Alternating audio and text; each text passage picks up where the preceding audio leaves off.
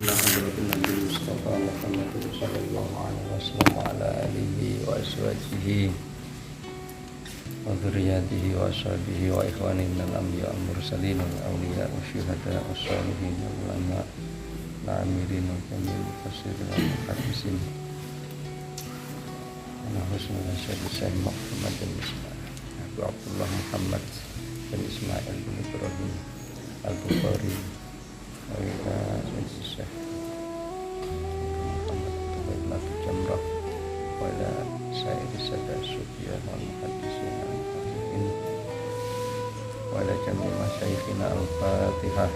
A'udzu billahi minasy syaithanir rajim. Bismillahirrahmanirrahim. Alhamdulillahi rabbil alamin arrahmanir rahim maliki yaumiddin iyyaka na'budu wa iyyaka nasta'in ihdinas siratal mustaqim siratal ladzina an'amta 'alaihim ghairil maghdubi 'alaihim waladdallin. A'udzu billahi minasyaitonir rajim. Bismillahirrahmanirrahim. Alhamdulillahilladzi faddalana bi anwa'in ni'am adh-dhahirah wal batinah. Wassalatu wassalamu ala rasulillah sayyidina Muhammadin wa ala alihi wa ashabihi wa man tabi'ah. Allahumma akhrijna min dhulumatil jahli wal wahm ila anwaril ma'rifati wal ilm wa min wuhuli syahawat ila jannatil qurbat. Allahumma alif baina qulubina ala ta'atik wa mahabbatik wa mahabbati rasulik. Amma ba'd. Kita sudah menyelesaikan hadis-hadis yang membahas tentang toharoh. Nanti di hadis yang berikutnya ini yang an Jabir bin Abdillah wa Abi Sa'id, hadis nomor 25 ini sudah mulai masuk ke hadis yang di Sahih Bukhari-nya itu berada di Kitabus Shalah. Dan hadis-hadis yang sebelumnya sudah diterangkan mengenai toharoh dengan berbagai macam aspeknya, dari mulai wudhu, mandi, najis, ya, cara membersihkan dari najis, termasuk di sana haid, cara membersihkan haid.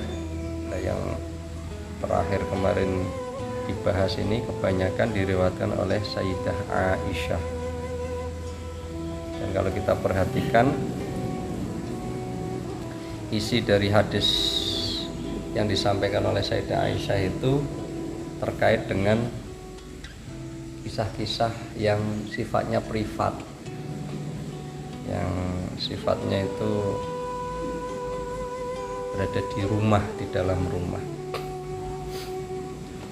yang tidak bisa semua sahabat itu mengetahuinya, karena ini permasalahan keluarga, kemudian permasalahan wanita yang dikonsultasikan kepada Rasulullah Shallallahu Alaihi Wasallam.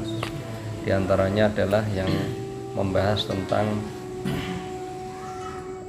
mani, ya, yang menempel di kain yang dipakai oleh Rasulullah Shallallahu Alaihi Wasallam. Itu kan diceritakan oleh Sayyidah Aisyah, pengalaman kehidupan beliau dengan Nabi, bahwa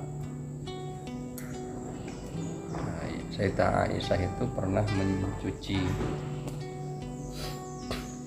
kain yang dipakai Rasulullah yang terkena air mani. Dan kemudian itu kain itu dipakai oleh Rasulullah Shallallahu Alaihi Wasallam dan masih ada bekas-bekasnya. Jadi tidak sampai bersih betul, tapi masih ada bekas-bekasnya, ada lemong-lemong, buka. Ini kemarin sudah kita bahas mengenai hukum fikihnya. Kalau dalam mazhab Syafi'i, ya mani bagaimanapun juga suci, sehingga ketika memahami hadis Sayyidah Aisyah ini, kenapa Aisyah kok taghsilu, mencuci, itu bukan karena kenajisannya, tapi karena untuk litandif, hanya untuk membersihkan, bukan karena kenajisan. Nah, kayak gini kan yang tahu hanya Sayyidah Aisyah kan, ya. Nah, makanya hadis kayak gini ini menjadi bukti bahwa hadis ahad itu dapat diterima. Hadis ahad, hadis gharib yang diriwayatkan oleh satu orang tok itu bisa diterima. Kalau enggak, betapa rumitnya kan.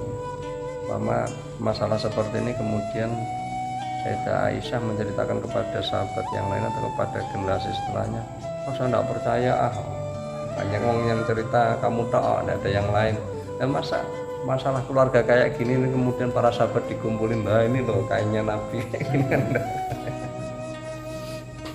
Nah, itu satu contoh. Kemudian contoh yang lain terkait dengan kasus ada wanita datang ke rumah Nabi, kemudian mengkonsultasikan bagaimana cara membersihkan haid. Membersihkan haid yang sudah berhenti itu setelah mandi, di bagian yang keluar haid itu gimana cara membersihkannya. Yang kemarin diceritakan Nabi itu malu ketika wanita itu bertanya terus caranya gimana. Nabi kan hanya menjelaskan singkat saja dengan mengatakan khudhi firasatan mumassakatan fatawaddoi biha salatan. Ambillah kain yang dicampuri dengan wewangian misik, kemudian bersihkan tempat itu dengan menggunakan kain tersebut. Nah, wanita itu masih bertanya caranya gimana, ya malu Nabi menerangkannya. Nah, akhirnya yang menjelaskan Sayyidah Aisyah.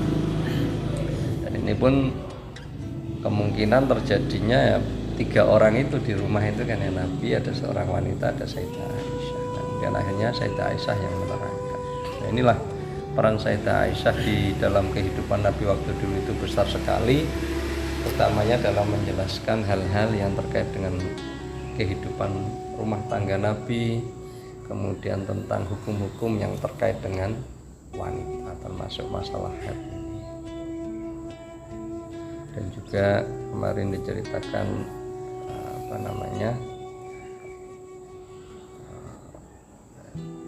hadis yang tadi mengenai membersihkan haid itu juga kaitannya dengan najis darah, bukan hanya darah haid saja tapi darah yang lainnya pun kalau ada ainun najasahnya ya harus dihilangkan ainun najasahnya dulu, baru dibasuh dengan air. Nah, Sayyidah Aisyah, saya cerita dulu Sayyidah Aisyah. Nah, Sayyidah Aisyah itu putri dari sahabat Abu Bakar. Bakar itu punya istri yang namanya Ummu Ruman. Ummu Ruman ini punya anak yang namanya Sayyidah Aisyah dan kemudian Abdurrahman bin Abi Bakar, juga periwayat hadis. Lalu Ummu Ruman ini masuk Islam bersama Abu Bakar dan kemudian hijrah di Madinah bersama Abu Bakar, bersama Sayyidah Aisyah sebelum Abu Bakar. Abu Bakar kan dengan Rasulullah. Abu Bakar juga punya istri yang namanya Qutailah. Qutailah ini ketika Abu Bakar masuk Islam, Qutailah tidak mau masuk Islam. Tapi sudah punya anak waktu itu yang namanya Asma binti Abi Bakar dan juga Abdullah bin Abi Bakar. Nah, yang Asma ini namanya tercatat ketika Nabi melakukan hijrah itu kan namanya muncul ya. Nabi hijrah sampai di Gua Thor bersama Abu Bakar, itu yang ngirimi makanan ke Gua Thor adalah Asma. Nah, kalau kita dengar Asma binti Abi Bakar, Aisyah binti Abi Bakar itu saudara tapi beda ibu.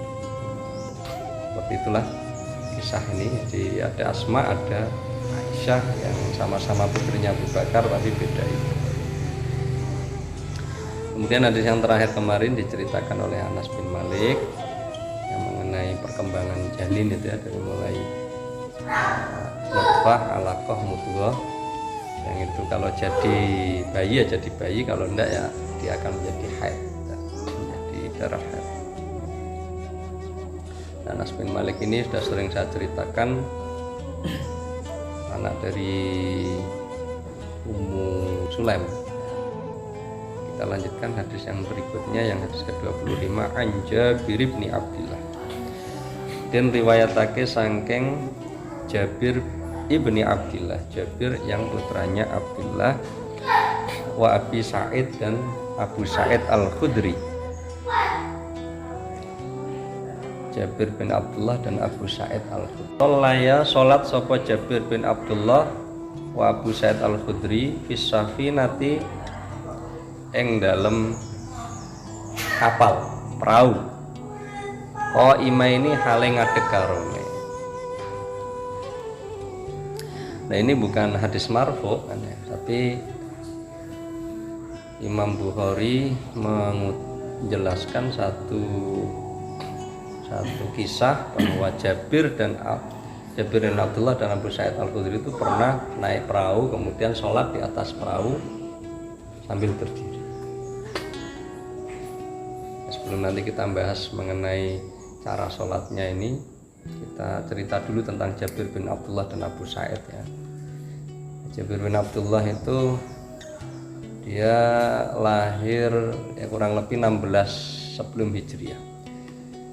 Ketika tahun 1 Hijriah usianya sekitar 16 tahun. Ketika perang Badar tahun 2 Hijriah usianya sudah 17 tahun. Sebenarnya sudah usia balik dan sudah bisa ikut perang Badar. Begitu juga perang Uhud, semestinya dia juga sudah bisa ikut perang Uhud usia 18 tahun. Tapi dia tidak pernah ikut Badar dan Uhud dikarenakan dia ditugasi ayahnya yang namanya Abdullah ini untuk menunggui saudara-saudaranya. Saudaranya itu perempuan, ada yang dalam satu riwayat menyebutkan jumlahnya 6. Jadi ayahnya punya anak banyak, banyakkan perempuan. Jabir ini yang besar, ditugasi ayahnya untuk jaga saudara-saudara perempuannya. Nah, Abdullah ini ayahnya ini bukan orang yang kaya, orang yang sederhana, tidak punya gitu, bahkan banyak hutang terutama. Dan ayahnya meninggal sewaktu perang Uhud.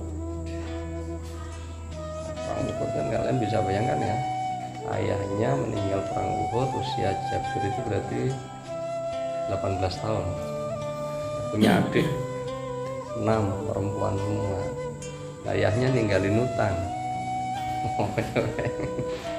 banyak. Kemudian Jabir ini pernah sowan ke Rasulullah SAW, saya punya hutang atau ayah saya punya hutang dan ayah meninggalkan kebun kurma. Kalau saya hitung kebun kurma ini hasilnya tidak bisa mencukupi untuk bayar hutang. Jadi kemudian Rasulullah meyakinkan kepada Jabir, udah yakin sajalah kebun kurma ini cukup untuk bayar hutang. Dalam benak pikiran Jabir masih ragu apakah cukup untuk bayar hutang-hutang ayahnya. Ternyata ketika panen ya, waktu itu orang-orang yang menghutangi ayahnya sudah banyak yang datang ke rumah Jabir untuk supaya membayar. Kemudian ditengahi oleh Rasulullah, ya kasihan lah dia